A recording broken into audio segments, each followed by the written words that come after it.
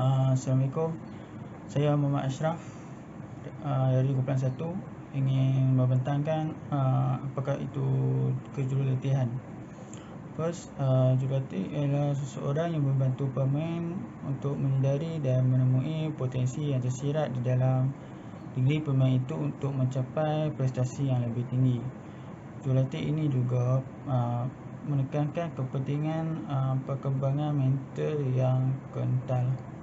So, seterusnya perkataan jurulatih dalam bahasa Inggeris ialah coach yang berasal daripada perkataan Hungary yang bermaksud gerabak kuda. Ia bermaksud sejenis pengangkutan yang mengalir anda dari satu tempat ke suatu tempat yang baru. Seterusnya ialah pengenalan kejurulatihan dalam futsal. So, jurulatih haruslah merupakan seorang yang banyak kebolehan dan kemahiran dalam bidang yang diajar. Sebenarnya jurulatih haruslah seorang yang bijak dan mempunyai banyak ilmu pengetahuan, dan dia juga mempunyai iltizam emosi terhadap sukan, diri sendiri dan orang lain.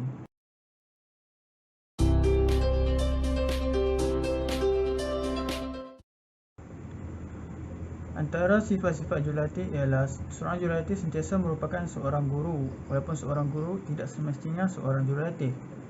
Selain itu, jurulatih juga mempunyai satu sifat yang sama, iaitu bermegah untuk sukan dan mempunyai iltizam tinggi terhadap sukan yang diceburinya.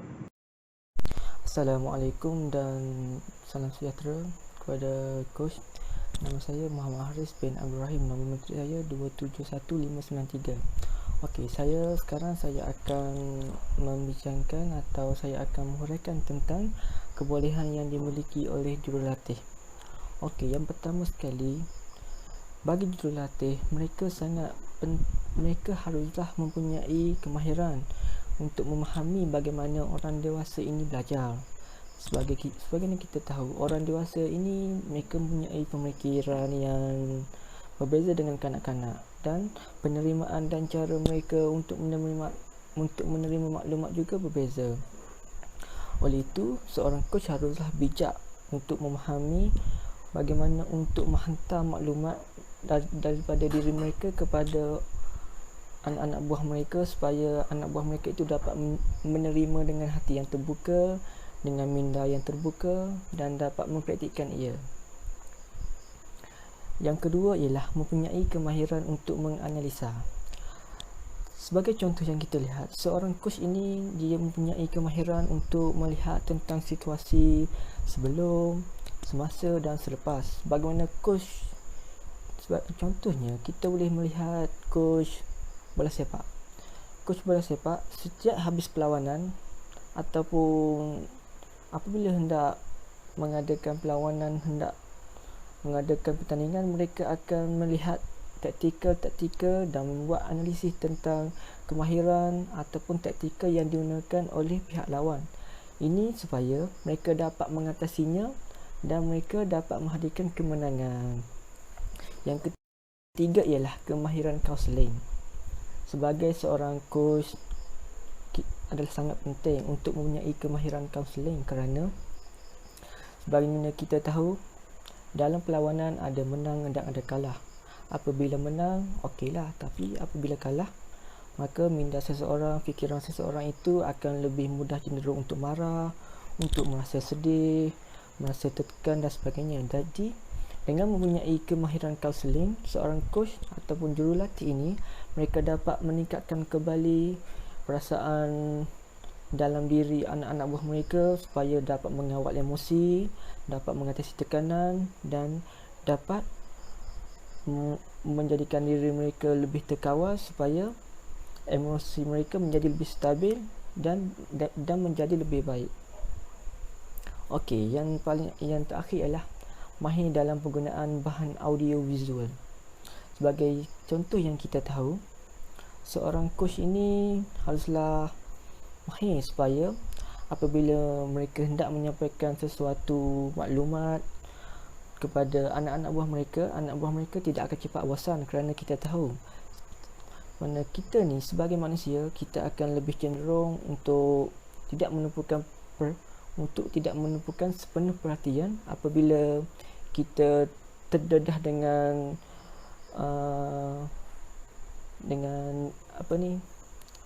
dengan sesuatu penerangan yang lama. Jadi oleh itu amat penting seorang coach ini mahir untuk menggunakan audio visual supaya ia dapat menarik minat anak-anak buah mereka, supaya untuk terus memberi tumpuan kepada apa yang dia ajar oleh mereka dan dapat mempraktikannya dengan baik.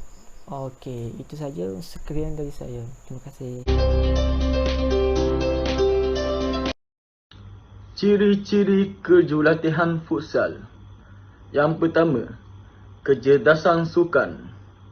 Ciri jurulatih ini ialah bersifat ingin tahu, kreatif dan berfikiran terbuka. Selain itu, jurulatih juga dapat menilai sesuatu situasi sukan dengan cepat dan tepat. Jurulatih yang pandai telah melalui pelbagai pengalaman yang digunakan sebagai peluang mempelajari lebih tentang atlet dan sukan. Yang kedua, dorongan, iaitu drive dalam bahasa Inggeris. Ciri-ciri jurulatih ini ialah berorientasikan matlamat pencapaian. Cara jurulatih ini ialah tidak menunggu sesuatu terjadi tetapi akan membuat ia berkesan. Jurulatih juga tidak mudah berputus asa untuk meneruskan usaha walaupun pelbagai rintangan dihadapi. Assalamualaikum, nama saya Muhammad Hafiz bin Hassan. Saya akan meneruskan ciri-ciri jurulatih yang keempat dan juga seterusnya. Ciri jurulatih yang keempat ialah komitmen emosional. Jurulatih perlulah mempunyai komitmen sosial yang baik dengan atlet agar apabila sebarang masalah timbul dapat diatasi dengan perbincangan bersama. Hal ini akan menggalakkan respon yang positif daripada atlet. Ciri jurulatih yang kelima ialah berpengetahuan. Jurulatih perlu menguasai peraturan-peraturan dalam sesuatu permainan maupun peraturan keselamatan. Selain itu, jurulatih perlu menguasai teknik dan taktik pengetahuan berkenaan isu sukan supaya prestasi atlet dapat meningkat. Akhir sekali, ciri jurulatih yang kelima ialah yakin.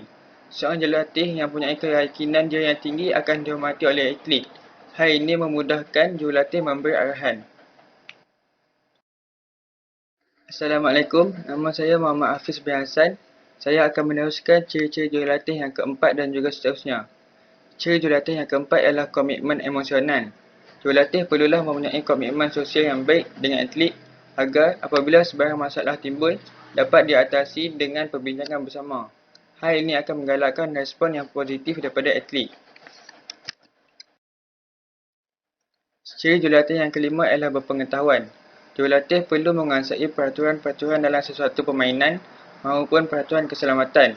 Selain itu, jurulatih perlu menguasai teknik dan taktik pengetahuan berkenaan isu sukan supaya prestasi atlet dapat meningkat. Akhir sekali, ciri jurulatih yang kelima ialah yakin. Seorang jurulatih yang mempunyai keyakinan diri yang tinggi akan dihormati oleh atlet. Hal ini memudahkan jurulatih memberi arahan. Nama saya Chong. Saya akan membentangkan etika-etika yang perlu diamalkan oleh seorang jurulatih.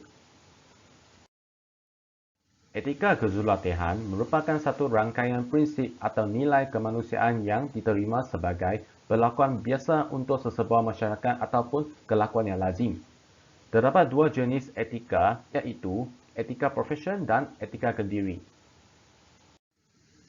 Salah satu etika profesion yang perlu diamalkan oleh seorang jurulatih iaitu berkelulusan dan berkelayakan.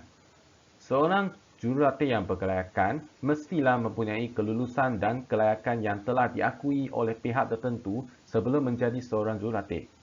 Kelulusan yang telah ditetapkan iaitu salah satunya mempunyai 2 sijil sains sukan yang diiktiraf dan mempunyai tahap 2 sijil kejurulatihan.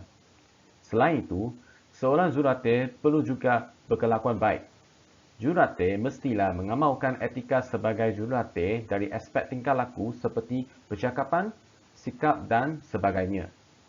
Jurulatih mestilah mempunyai kawalan diri yang baik dengan berkelakuan yang boleh diterima umum seperti tidak bertindak secara liar ketika merayakan kemenangan dan meratapi kekalahan. Seterusnya, berdisiplin. Seorang jurulatih mestilah berdisiplin dan menepati masa seperti yang telah ditetapkan dan juga mematuhi segala peraturan dan undang-undang yang telah ditetapkan. Akhirnya, jurulatih juga perlu bersikap positif dan mempunyai semangat kesukanan yang tinggi, iaitu sanggup untuk menerima kekalahan dengan baik dan tidak menimbulkan masalah. Jurulatih mestilah sentiasa memikirkan dan berusaha untuk mencari peluang kemenangan untuk pasukan dia. Selain daripada etika profesion, jurulatih juga perlu mengamalkan etika-etika kendiri seperti bertanggungjawab terhadap tindakan, mengalahkan keharmonian dan mengeratkan perpaduan antara rakan-rakan pasukan, mempunyai tabiat kerja yang baik dan mengurus masa dengan berkesan. Seterusnya, wajah-wajah jurulatih futsal MPFL Malaysia.